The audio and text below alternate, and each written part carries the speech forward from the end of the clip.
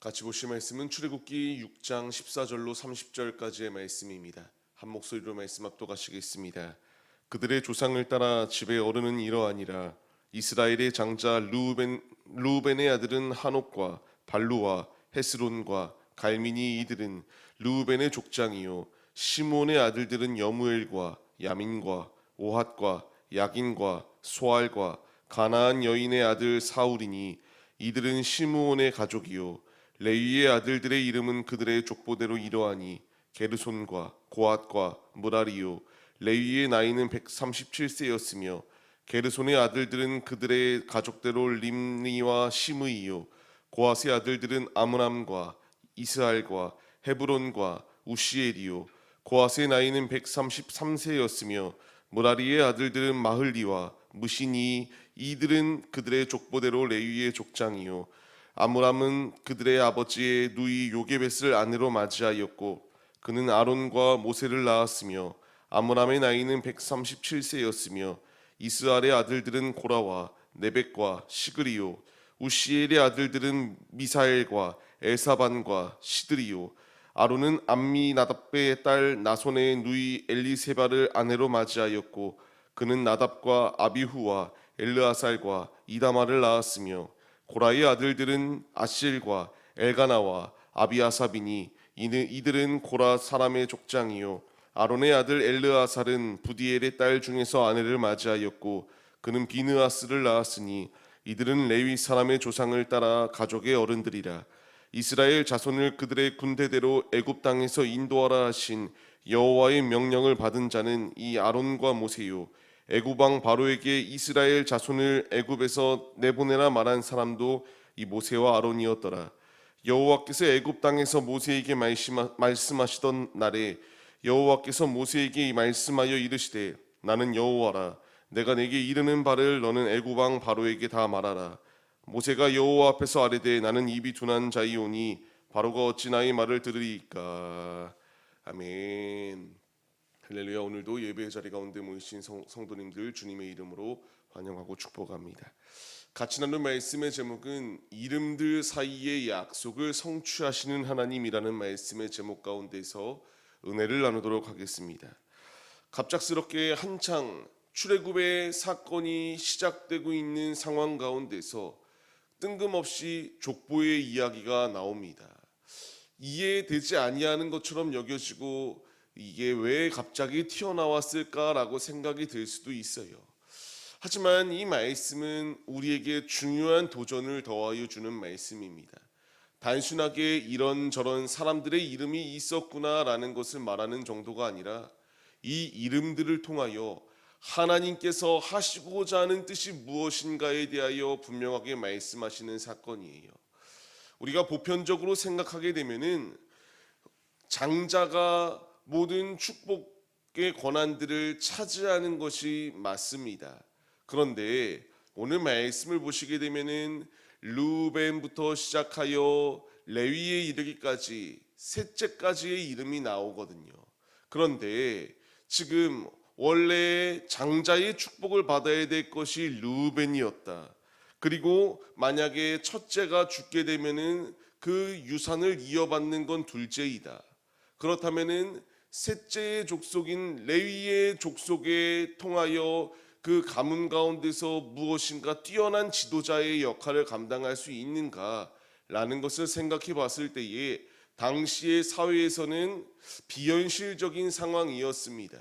그런데 하나님께서는 이런 상황 가운데서 그 가문을 통하여 레위 지파의 모세와 아론을 통하여 하나님의 일을 이루어 나가시겠다라고 하는 주님의 뜻이 예비되어져 있어요. 그렇다면은 레위 족속의 족보만 기록되어지지 왜 이 족보가 다 기록되어졌을까? 굳이 왜 첫째, 둘째, 셋째만 기록되어진 것일까라는 것을 우리가 생각해 볼 필요가 있어요. 하나님께서는 이와 같이 하신 분명한 이유가 예비되어져 있습니다. 보통의 자신의 뛰어난 이 지략과 이런 정치적인 색깔을 통하여 모세와 아론이 하나님께 택함 받은 것이 아니다라는 것을 보여주시는 사건입니다.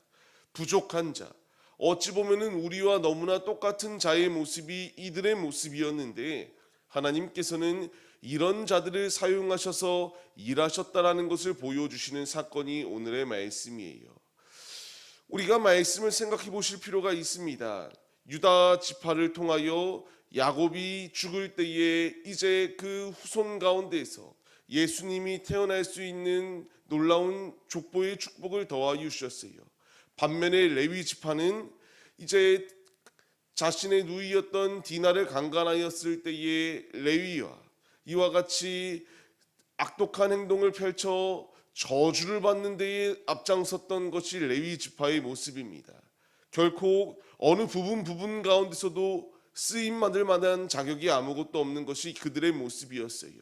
그럼에도 불구하고 하나님께서 그들을 택하시고, 하나님의 기준은 세상의 기준도 아니요 오직 주님의 관점으로 주님의 뜻을 이루어 나가신다라는 것을 보여주시는 사건이 오늘의 말씀입니다.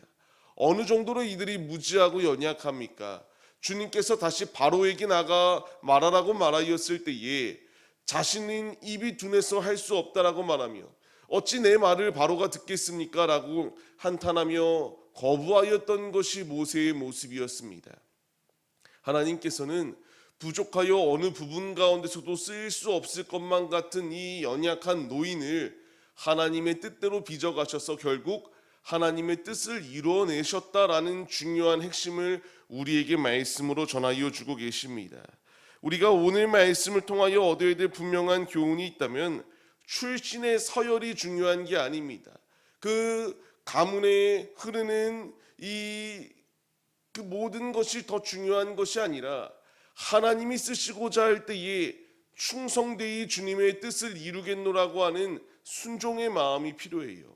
모세처럼 나는 입이 둔합니다, 나는 할 수 없습니다가 아니라 아버지께서 우리에게 찾아오셔서 말씀을 더하여 주실 때에 아멘으로 순종하며 믿음의 자리로 나아가는 이 신실한 믿음이 우리에게 있어야 된다는 것을 말씀해 주십니다.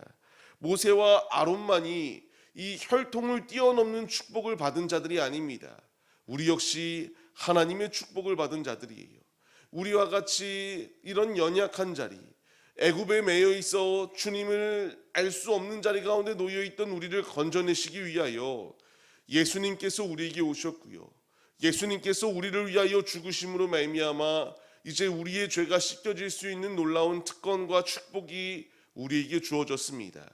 우리 역시 주님의 은총을 받은 자들임을 우리가 잊지 말며 주께서 우리에게 찾아오시고 우리에게 말씀하실 때에 순종하며 믿음의 자리로 나아가는 이 결단이 있어야 한다는 것을 말씀해 주세요. 삶을 시작하는 우리의 모습, 주님이 동일하게 우리에게 말씀해 주고 계십니다. 주님의 뜻대로 삶을 살아내라고 말씀하시는 이 모든 말씀 가운데서 우리가 믿음의 반응을 행하면 됨을 주께서 분명히 말씀해 주세요. 연약한 자도 주님이 사용하시겠다라고 말씀할 때에 핑계와 불평과 거절이 아니라 기쁨으로 나를 쓰신다라는 것을 사모하며 주께로 나아감이 필요합니다. 오늘의 삶, 주께서 우리에게 동일하게 말씀을 더하여 주고 계세요. 이제 주의 말씀을 받는 우리들, 부족하다고 핑계대는 게 아니라 이런 부족한 자를 어떻게 바꾸셔서 주님의 뜻을 이루실 것인가에 대한 믿음의 순종이 필요합니다. 결국 모세를 통하여 하나님께서 홍해를 가르시는 역사를 더하시고 출애굽의 여정 가운데서 지키시고 은혜로 함께하여 주심으로 채워주셨던 것처럼 이제 우리의 삶을 이와 같이 이끄시겠다라고 말씀하세요.